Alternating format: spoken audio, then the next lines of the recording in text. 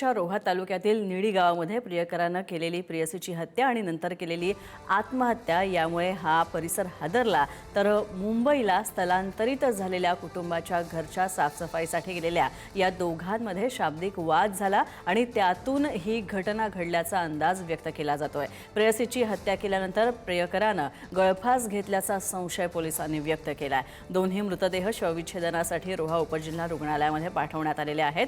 Roha police या प्रकरणाचा तपास करतायत।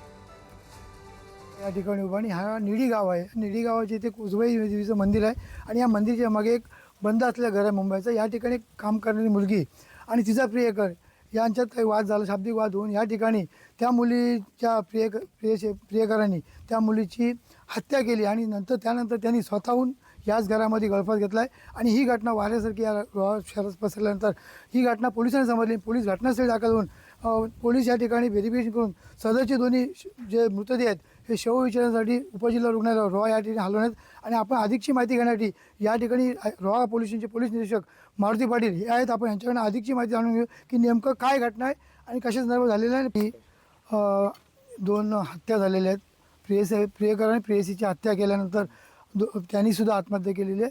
कसं बघते काय नेमकं कारण आणि काय असू शकेल?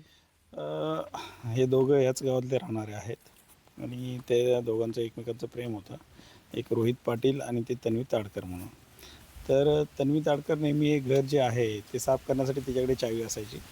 ती चावी घेऊन इथं ती आली होती आणि इथंच त्यांना ते रोहित पाटीलला पण बोलवलं की तू इथे ये आपलं बोलायचं। त्यांचे काही वैयक्तिक वाद होते, त्याच्यामध्ये त्यांनी त्या रशीच्या साहाय्याने तिचा गळा आवळून मारलेला आहे आणि त्याच रशीने पंख्याला गळफास लावून त्यांनी स्वतःलाही संपवलेला आहे। पुढे न्यूज सागर जैन, रायगड।